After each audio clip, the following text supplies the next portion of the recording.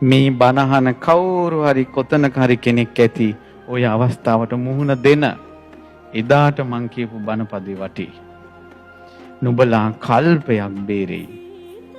කල්පයක් නිරේ වැටෙනවා කියන්නේ ඔයාලා අහලා තියෙනවනේ කවදා හරි වැස්සකට හරි ගොඩ වෙච්ච පන්සලකට ගින් හරි බණක් අහලා තියෙනවා නම් කකුසඳ කෝණාගමන කාශ්‍යප ගෞතම මෛත්‍රී කියලා බුදුරජාණන් වහන්සේලා 5 නමක් මේ මහා භද්‍ර කල්පේ පහළ වෙනවා කියලා.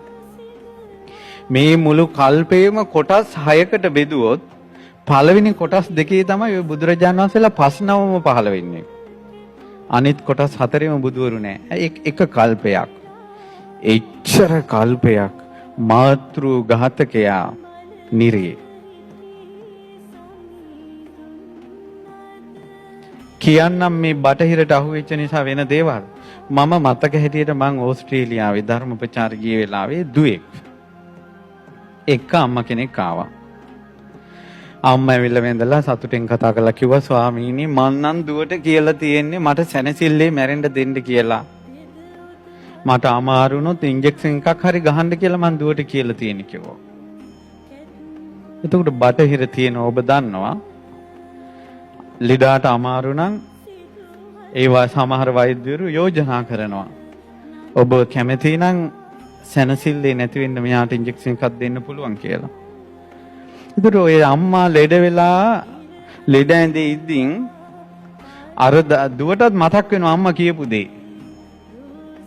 අම්මා කිව්වනේ මට සැනසෙල්ලේ මැරෙන්න දියන් කියලා.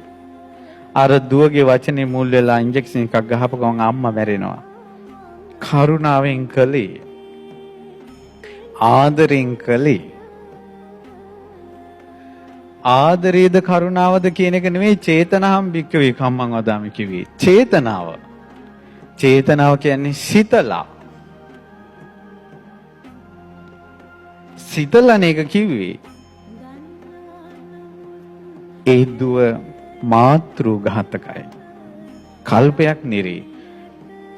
ඒ වාගේ පවක් දැන හෝ නොදැනගෙන කරගත්ත කෙනෙක් මේ මහා පෘථුවියේ පුරාම රහතන් වහන්සේලා වඩා හිඳවලා දනින් දන ගෑවෙන කල් රහතන් වහන්සේලා කියන්නේ දනියෙන් දනිය ගෑවෙන විදිහට රහතන් වහන්සේලා මුළු පෘථුවියේම ඉඳවලා අටපිරිකර පූජා කළා මහා දානයක් දුන්නත් ඊළඟ ජීවිතේ අපාය යන්නේක නම් වැළකෙන්නේ නැහැ.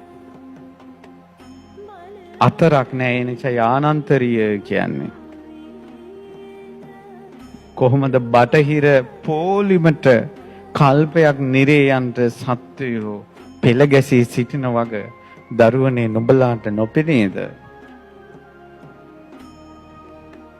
මෙතන කවුරු හරි ඇති. මන් දන්න පුතෙක් හිටියා. ඒ පුතාට ගෙත් අම්මා අසනීප වුණා. දොස්තරලා කිව්වා මේ මෙහෙම කරමු කියලා. කොල්ලට එකපාරම බණපදේ මතක් වුණා. මතක් වෙච්ච ගමම කොල්ලා කිව්වා බෑ. මගේ අම්මා මොහොතක් හරි ජීවත් වේවා මං අම්මා ගැන ඒ සම්බන්ධයෙන් ප්‍රකාශයක් කරන්නේ නැහැ කිව්වා. පහුවදාම නැති වුණා. අර කොල්ලා බේරුනේ අහපු නිසා. මේ බණහන කවුරු හරි කොතනක හරි කෙනෙක් ඇති ওই අවස්ථාවට මුහුණ දෙන එදාට මං කියපු බණපදේ වටි.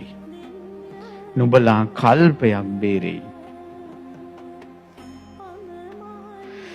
තව තියෙනවානේ බට ගැසීම. කියනවා මෙයා කොහොමත් මැරෙනවා. අපරාධ මැෂින් වලට දාලා මෙයාලා තියෙන්නේ. ඔයාලා පොඩ්ඩක් මේකට කැමැත්ත ප්‍රකාශ කරන්න අපි බට අයින් කරන්නම් කියලා. එතකොට මැරෙන එක කොහොමදත් මැරෙනවා. ඒ වෙලාවේ මැරෙන්නේ බට අයින් කිරීම නැමැති හේතුව මුල් කරගෙන.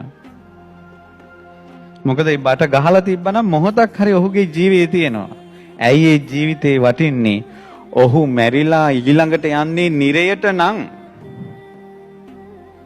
මේ මනුස්ස ලෝකේ බට ගොඩේ හරි එක මොහොතක් ජීවත් වීම වටින්නේ නැද්ද? මට දරුවෙක් ඇවිල්ලා කිව්වා ආච්චි හරියට අසුචි ගොඩේ ඉන්නේ ගොඩක් දුක් විඳිනවා අවුරුදු 90යි ස්වාමීනි. අපේ ආච්චි හරි පව්කාරයි නේද කියලා කිව්වා. මං කිව්වා නෑ පුතා. එහෙම හිතන්න එපා.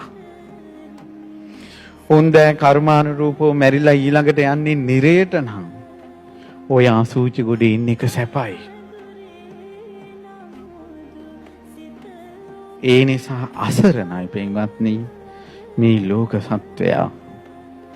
නිරේත යන්ටමයි පාර හැදිලා තියෙන්නේ. කල්පයක්.